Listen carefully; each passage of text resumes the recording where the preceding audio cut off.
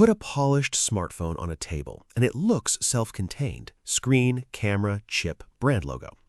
But more and more, the parts that decide whether that phone feels private, reliable, and useful are not on the phone at all. They're in the message bridge between iPhone and Android.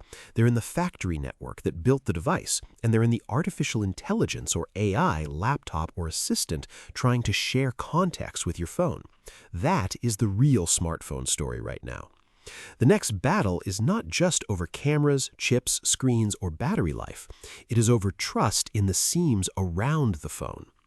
Even a great phone is only as strong as the handoffs around it. This week, 3 stories pointed to that same pressure point: encrypted cross-platform messaging, a reported ransomware claim involving Foxconn, and Google's new AI-native laptop category, Googlebook. They sound like separate stories. They're not. Together, they show how the smartphone is becoming the visible front end of a much larger trust chain. Start with the message. Apple and Google have been working to improve end-to-end encryption for texts exchanged between Android and iPhone users through Rich Communication Services, or RCS. End-to-end encryption means a message is scrambled on the sender's device and only unscrambled on the recipient's device, so the companies carrying it in the middle should not be able to read the contents. Picture a locked box moving through a crowded train station. Everyone can see the box moving, only the sender and receiver have the keys. That sounds like a messaging feature. It's really a default security story. For years, the awkward border between phone ecosystems has been one of the weak points in everyday communication. Inside one ecosystem, protections can be strong and familiar. But once a message crosses from one platform to another, the experience can become less consistent. That matters because most people do not choose security protocol by protocol. They text a parent, they message a friend, they respond to a group chat, they live with whatever the default path gives them. So the important part is not just that encryption exists somewhere, it is whether stronger protection becomes the normal path for ordinary users. There are limits. This doesn't magically protect every app, every backup, every screenshot, or a phone that has already been compromised. And rollout details still matter. Supported platforms, supported carriers, software versions, and whether users are actually using the encrypted path. But the direction is important. The border between iPhone and Android is becoming less of a privacy gap, and in consumer technology, that kind of default improvement matters because defaults reach people who never go hunting through settings menus. Now move from the message to the factory. A ransomware group claimed it breached Foxconn. Claimed is the key word.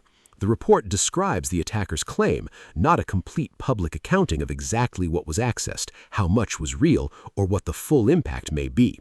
Foxconn matters because it is one of the major manufacturers behind the consumer electronics world. Consumers see brands, Apple, Google, Nvidia, and others. But hardware comes from overlapping supplier networks. Different storefronts can sit on the same hidden industrial plumbing. That sounds like a factory story. It's really a product reliability story. If a shared supplier has a serious security problem, the concern can become multi-brand depending on scope. Not because every product is automatically affected, not because your next phone is definitely delayed. The available reporting does not prove a specific phone delay. The point is more basic. The phone experience does not begin when you open the box. It begins in design files, supplier systems, manufacturing networks, logistics chains, and factory operations. If those systems are compromised, product reliability can become a cybersecurity issue. That is why smartphone security is bigger than the lock screen. It is the lock screen, yes. It is also the operating system update, the app sandbox, and the chip architecture. But it is also the pipeline that turns designs into devices. The factory is part of the phone experience, even if you never see it. Now zoom out to AI hardware. Google unveiled Googlebook as a new line of AI-native laptops. This is not a smartphone launch. It's adjacent to smartphones. But that adjacency is exactly the point. The smartphone is becoming the identity hub for everything around it. Messages, photos, files, notifications, accounts, earbuds, watches, laptops, assistants, and cloud services. So when a new AI-native device promises to work closely with your phone, the question is not just whether the AI is useful. The question is what that usefulness requires. What does the AI need to see? What stays on the device? What goes to the cloud? What can be turned off? What happens when the laptop, phone, and assistant start sharing context?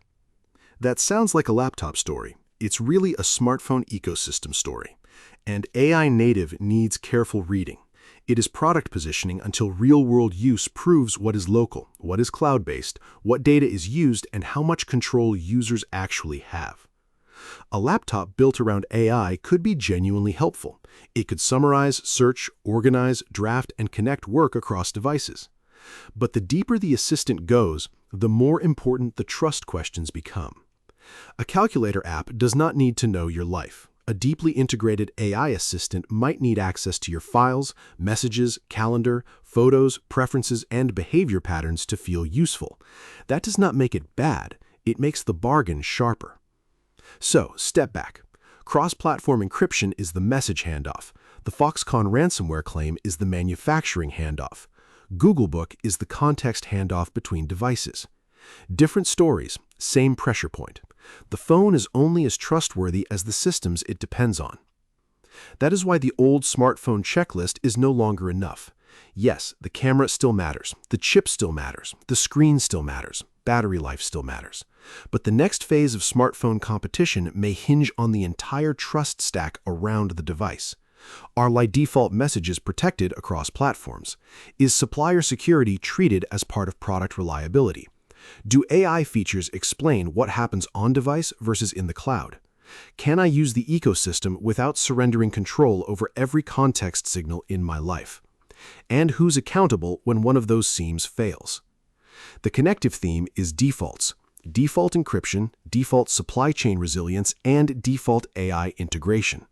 Defaults beat settings because most people do not live like security researchers. A privacy toggle buried 3 menus deep helps the people who know it exists. A safer default helps everyone on that supported path without making them do a personal research project. That is where the smartphone war is moving, not away from hardware, but beyond hardware. The phone on the table still matters, but behind it is a chain of trust. The people you message, the factories that build the device, and the AI systems increasingly surrounding it. The next big smartphone upgrade may not be a camera bump or a faster chip. It may be the moment the seams stop being the weak point. If you found this useful, a like and subscribe helps us keep making more of these videos. Thanks for watching.